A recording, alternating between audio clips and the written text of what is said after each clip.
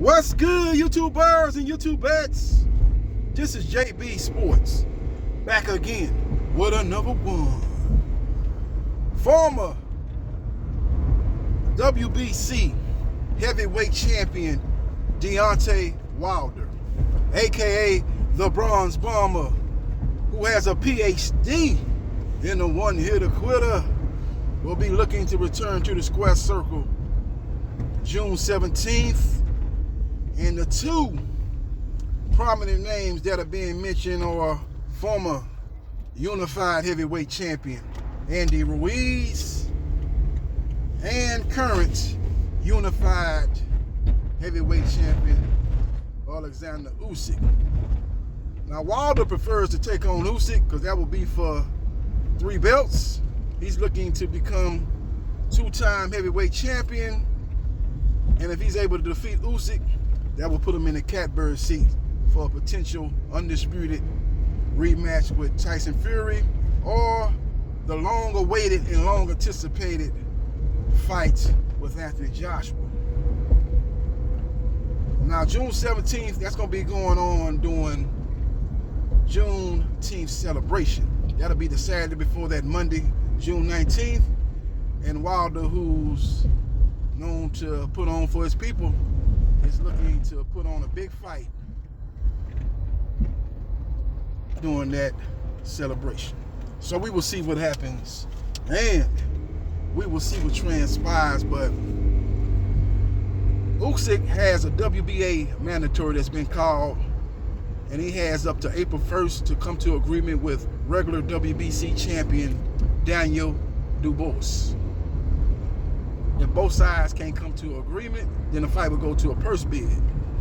So if Usyk ignores the purse bid and don't participate in the purse bid, he will be stripped of his WBA belt. Now, he will still hold titles in the IBF and the WBO, which I believe both of those sanctioning bodies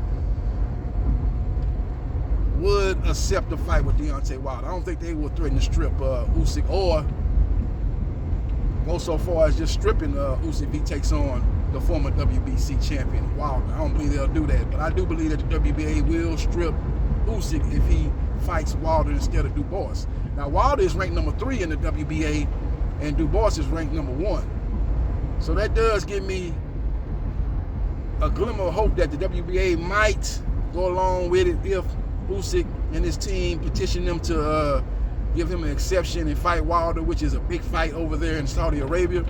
That will be the location of that fight if it does transpire. Now, if he fights Andy Ruiz, that fight will take place in Las Vegas, Nevada at the MGM Grand Arena. So we will see what happens, and we will see what transpires. Now, which fight is the more winnable fight for Deontay Wilder? I think it's the Andy Ruiz fight. I think the Andy Ruiz fight is more dangerous, but it's more winnable. I think he can win both fights, don't get me wrong. I got Wilder as the number 2 heavyweight in the division behind Tyson Fury. So, of course, if he fight anybody besides Tyson Fury, I would favor him to win the fight. But I'm just saying that Alexander Usyk is a very skilled fighter. Technically sound, fundamentally sound. He's probably the best fighter when it comes to feints. He's probably the king of feints in boxing. We saw a little bit of that this past Saturday with Caleb Plant, but nobody do it at a higher level than Alexander Usyk. He gets his opponents to react off his feints, and he sets up his shots after that. He sets traps off them feints. He does a very good job of implementing those feints in his fights. With all that being said, Andrew Ruiz is a guy that has more power than Usyk. We seen that in the first AJ fight. He has faster hands than Usyk, but he's not as technical or fundamentally sound as Usyk. So I believe Wilder will be able to win more rounds against Ruiz. I think Wilder must knock out Usyk. I don't see him outboxing Usyk if it goes 12 rounds, unless there's multiple knockdowns. I see Usyk winning the fight, but I think that Andy Ruiz is more dangerous. But I think at the end of the day, both fighters go to sleep, like Wilder has given them some NyQuil, because both guys have shown to be touched in previous fights. Anthony Joshua touched Alexander Usyk, and Anthony Joshua is not as athletic as Wilder. He's not as fast as Wilder. So if Anthony Joshua is touching Usyk, What you think gonna happen when Wilder touch Usyk? He's going to sleep. Same thing with Andy Ruiz. He got dropped 2 times by Chris Arreola, a faded Chris Arreola. What you think he's gonna do with a fresh Deontay Wilder? He going to sleep.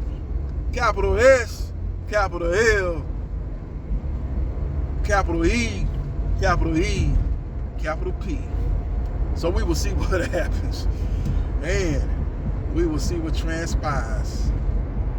Deontay Wilder, who has a PhD in the one-hitter quitter, big wig splitter, as he has the highest percentage knockout rate in boxing history. Now, a lot of historians will say that Ernie Shavers was a harder puncher. Some historians will say George Foreman was a harder puncher. Other historians will say Mike Tyson was a harder puncher.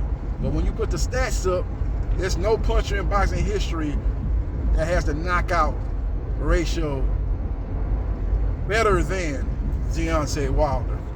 So we will see what happens, and we will see what transpires. Very, very interesting developments in the heavyweight division. We have AJ versus Jermaine Franklin this Saturday at the O2 Arena in London.